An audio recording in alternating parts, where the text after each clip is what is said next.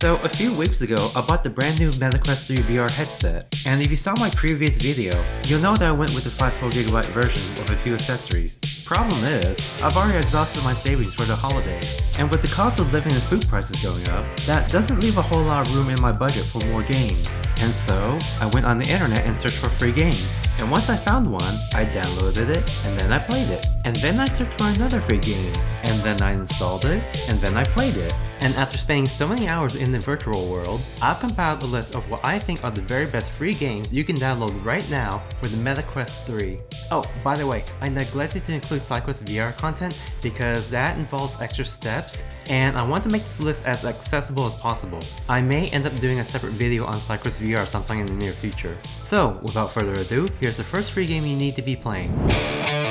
Population 1. It's pretty much Fortnite in VR. The primary mode of the game is Battle Royale with squads of 3. The game used to be $30, but it went free to play last March. Just like its competitor, you can build walls on the spot and take cover behind it. You can also use your hands to climb any wall or tree to get to a better vantage point. I think the most unique gameplay mechanic is flying. If you jump off a ledge and spread your arms open, you can glide across the terrain and cover more ground. What I like the most about Population 1 is the variety of modes and number of maps you can play. Blaston. This is a one-on-one PvP style game where you duel with another player using whatever gun that spawns in front of you. Think of it as a Wild West style shooter but set in the cyber future. So the funny thing is, the game used to be $10, then it went up to $20, then it went free to play about a year ago. So here's your typical duel in Blaston. When the game starts, guns spawn randomly in front of you, and you have to shoot down your opponent's health bar before they bring yours down. The kick is that the projectiles move in slow motion, and you can move and dodge your bullets, just like in the Matrix. One of the cool features is the pass-through mode, which can turn any real-life environment into a shootout arena. The pass-through feature has actually been around for a while, but now that the Quest 3 supports full-color pass-through, it now makes it look like you're dueling in the real world. I guess if there's any complaint I had to make about this game, I wish there are other modes other than 1v1. I would like to see a 2 vs 2 or 3 vs 3 mode in the game. Hyperdash. So this is a team-based shooter with a lot of fast-paced movement. The game used to cost $20, but went free to play about a year ago. What sets Hyperdash apart from other shooters is the dashing ability. Just point and aim at your destination, and you can instantly jump across short distances. Note that you can't spam this ability because it needs time to recharge. The other unique game mechanic is the rail grinding. If you dash onto one of the rails, you can ride along it like a roller coaster and traverse the map much faster. If you played other team-based shooters like Team Fortress 2 and Overwatch, then the game modes in Hyperdash should feel familiar. There's Payload, Domination, Control Point, Capture the Flag, Team Deathmatch, Elimination, and a new one called Ball. Gun Raiders.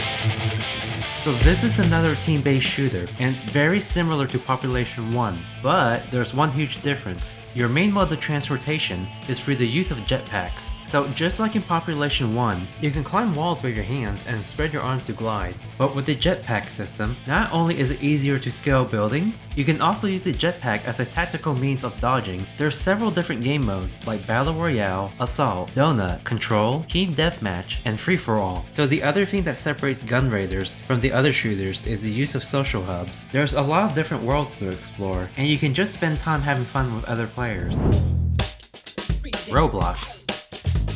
So even if you haven't played it yet, you've at least heard of the name. Roblox is a wildly popular online game creation platform where users can design their own experiences that can be played by other people. So the official MetaQuest version was released last September, and the timing is really interesting because 1. Roblox also just got released on the Sony PlayStation 4 and 5 in October, and 2. Ever since they released the Unreal editor, the Fortnite main page has been looking a lot like Roblox lately. If this is your first time playing Roblox, I highly recommend creating an online account beforehand.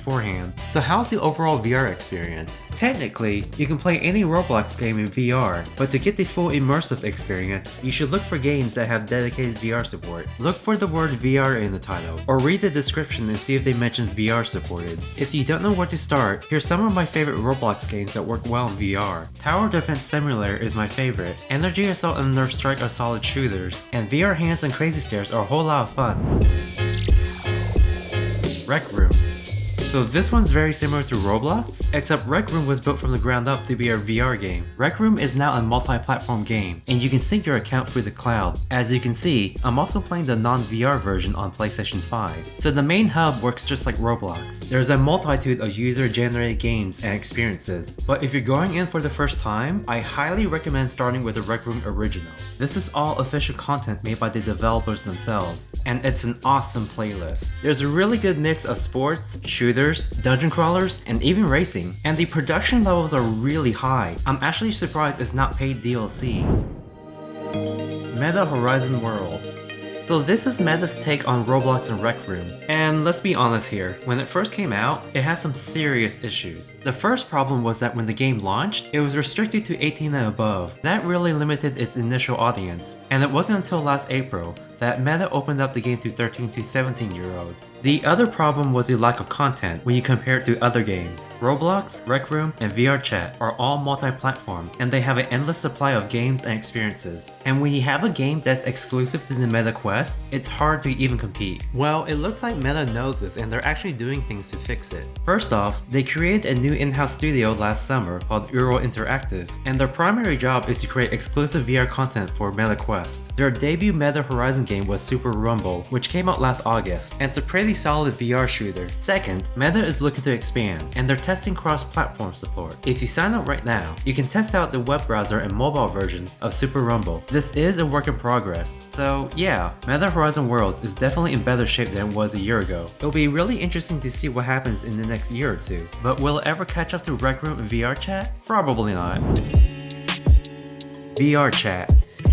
VRChat is pretty much the godfather of social VR platforms. It's been around ever since the Oculus Rift days, almost 10 years ago, and since then it's exploded in popularity. It's such a phenomenon that they even filmed an entire HBO documentary inside the game. While Roblox and Rec Room are geared towards playing games, VRChat is a lot more focused on social encounters. You can choose from one of the many pre-built avatars, or you can create ones from scratch using their software development kit. I like to think of VRChat as a virtual bar or cafe. And yes, they do have some game modes here and there, and they're pretty decent and fun to play.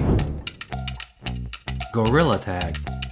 So Gorilla Tag was first released on Steam Early Access a few years ago, and it became a huge hit for VR fans. The game had an official release for the Meta Quest about a year ago, and then it exploded. Back in January, it was reported that Gorilla Tag made $26 million in revenue and had over 2 million users. Okay, I'm gonna be honest with you, I did not like Gorilla Tag when I first played it. I actually gave up on it for a while. The game's mechanics are unconventional in that you don't use joysticks to move. Instead, you travel by swinging your arms back and forth as if they were your only legs. But once I got past that learning curve and got a better feel of the game, that's when I started to appreciate how Gorilla Tag is unlike any other VR game. I guess what turns off most newcomers is the lack of a traditional tutorial, but it's probably the developer's intent for you to figure out things on your own. Gym Class Basketball VR.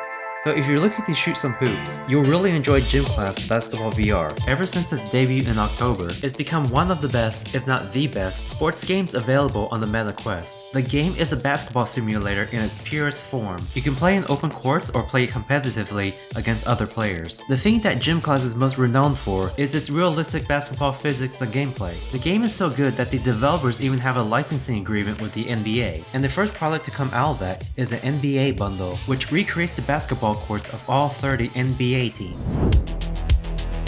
Ultimechs. So this game's pretty much just like Rocket League, except you're piloting mechs that can do rocket punches. The game is a futuristic soccer game, where high-performance mechs have to knock a ball into the opposing team's goal, and they can only hit their ball with a flying fist. It's very fast-paced action and a lot of fun. I guess the only thing that turns me off about Ultimechs is the lack of free movement. You see, you can only move onto designated markers scattered around the map, and if someone else occupies that spot, you can't move onto it. And for me, this really disrupts the flow of the game. I guess the reason is because they wanted to reduce motion sickness, but it just feels too restrictive. I think the game would really benefit if they had open dashing just like Hyper Dash, but that's just my opinion. Cards and Tankards. If you play collectible card games like Magic the Gathering and Yu-Gi-Oh!, you should definitely check out Cards and Tankards. The game was on Steam Early Access for a couple of years, and it just had an official MetaQuest release last May. It seems intimidating at first, but it's actually quite simple. You start with a deck of cards, and each card consumes mana. Some cards spawn units, and other cards will cast spells. You have the option to enhance cards with coins, which will increase their abilities. The goal of the game is to eliminate the other player's defenses, and bring their health meter down to 0. What makes Cards and Tankards so addictive is when you start collecting cards. Once you have a sizable collection, you can build and customize separate decks to your liking. Once you've built your arsenal of cards, you can head to the tavern and duke it out with other players. Vegas Infinite. So for many years, this game used to be known as PokerStars VR, but then they rebranded themselves last September as Vegas Infinite, and the reason behind the name change is that they've overhauled the gameplay to expand on all aspects of casino gambling. Aside from poker, you can also play blackjack, roulette, craps, and slots. Yes, I know there's a ton of free online casino games out there, but there's something about playing in VR with other people that makes it feel a lot more social. And the best part is, if you lose, you're only losing fake money and not real world money. Bait. When it comes to being a fishing simulator, Bait is about as simple as it gets. It's a lot more laid back and relaxed when compared to other games. The first thing you need to do is to cast your fishing rod, and once you feel a tug, you pull the reel to bring the fish in. It wasn't until a year ago that they added multiplayer to the game. Since then, there's been renewed interest in Bait. One of the things they added is a tropical island where you can interact with other players. They have several mini games like an arcade, solitaire, rock skipping, and RC boats for racing. There's also a penguin island where you can sit with 3 other players and talk while fishing. Another thing you can do is go treasure hunting with other players. There's an island where you can find crowbars and shovels, and you can use these tools to search for treasure. Epic Roller Coaster. Okay, just a bit of warning, this game may give you the worst case of motion sickness ever. It's a pretty straightforward roller coaster simulator. The classic mode lets you sit and enjoy the ride, and at any time you can pull out your virtual camera and take selfie pics. You can also mix up the gameplay with other modes, like shooter mode, where you have to hit targets and score points. And you don't have to ride the coaster alone. Epic Roller Coaster supports up to 4 players, and you can invite friends or connect randomly to strangers. So here's the biggest complaint about the game. You only get 4 maps to choose from the get-go, and any additional map is locked behind a paywall. Look, here's the thing. I don't mind the idea of selling additional maps as DLC, but 4 starting maps is not a lot to work with. I personally think the game should have at least 8 starter maps for free. Gods of Gravity. Gods of Gravity is an arcade-style real-time strategy game, and it has its official release early this year. It seems a bit intimidating at first because it's an RTS title, but once you learn the game's mechanics, it's actually quite simple. You play as a celestial god with a home planet, and your goal is to destroy all the opposing celestial home planets. Planets produce ships, which you can collect and toss them into other moons and planets. The more planets and moons you conquer, the more ships and resources you can produce. To speed things up, you can create wormholes to quickly send units far across the solar system. What makes Gods of Gravity challenging is playing offense and defense at the same time. The game involves a lot of strategy and quick thinking if you're going to conquer the solar system. Republic VR. This one's interesting because the game was originally developed for iOS back in 2013. The game was eventually ported over to Steam and consoles, and then it made its way to a VR version. What's really surprising is that Republic used to be a full retail game, so what happened was that the developer, Camouflage, celebrated their 10th anniversary as a studio, and they decided to give the game away for free. Republic plays very much like a classic point-and-click adventure game, but there's a heavy emphasis on stealth. The twist in the game is that you're playing entirely from the perspective of a surveillance camera. You can pause the game at any time and analyze the background. Your objective is to guide Hope, who is imprisoned and needs to escape to a facility. You can tell her to duck behind counters or hide inside lockers. The player can also hack into doors and unlock them for her. Republic has an amazing voice cast, and it features the performances of David Hayter, Jennifer Hale, Dwight Schultz, and Carrie Payton. And finally on the list is a few of my favorite Meta App Lab games. So if you don't know what that is, Meta App Lab is basically Meta's version of Steam Early Access. These are games that are playable but are still in development, and they may contain unfinished content and bugs. The catch is that these titles don't show up on the Meta Store's homepage. Instead, you have to manually type the name of the game in the search bar. Once you find it, you'll get a warning from Meta stating that the title is still in development. Also, once the game's in your library, the words App Lab will appear in the upper left corner of the game's thumbnail. Hibow. If you like shooter games like Population 1 and Hyperdash, you should definitely check out Hibow. It plays just like the two games I mentioned, but with bows and arrows. Traversing the map is similar to Hyperdash. You can fire a hook claw arrow that will propel you to higher ground, and the game features a variety of different arrowheads. Because you're not using fully automatic weapons, the pacing of the game is very different, and you really have to think carefully where you're placing your shots. Big Ballers VR. If you like playing gym class basketball VR, you should definitely try Big Ballers VR. Both games are very similar, but the biggest difference is that Big Ballers VR features other sports. You can also play football, baseball, volleyball, and laser tag. The only catch is that these games are still early in their development stages. Noclip VR.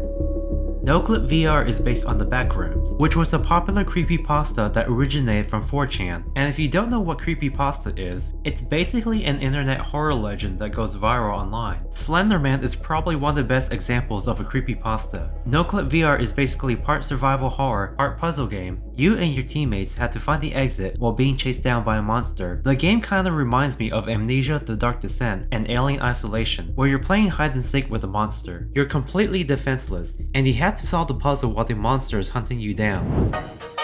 Maestro, the Masterclass. Maestro is absolutely my favorite App Lab game. It's basically Beat Saber, but with a symphony orchestra and a conductor baton. The game uses the hand tracking feature exclusively, and you'll get a warning at the beginning telling you to put your controllers down. Gameplay in Maestro is just like any other music rhythm game. You have to perform a variety of hand movements that synchronizes with the music. Throughout my experience, I really felt like I was in control of the symphony. The only problem is that since this is an App Lab game, it's more of a demo and it ends too quickly. There's a tutorial mode that teaches you the mechanics, and after that there's only one symphony conductor mission. Hopefully we might see a full release of the game in the next year or two. And that rounds off the list. If you thought this video was helpful to you, please hit the like and subscribe button so that I know that this is the kind of content that I should be making more of. By the way, were there any free VR titles that I missed? Do me a favor, drop a comment below and tell me your favorite free MetaQuest game and why you like it. Also, I'm probably going to have to do this list annually because the thing about VR games is that they're changing all the time.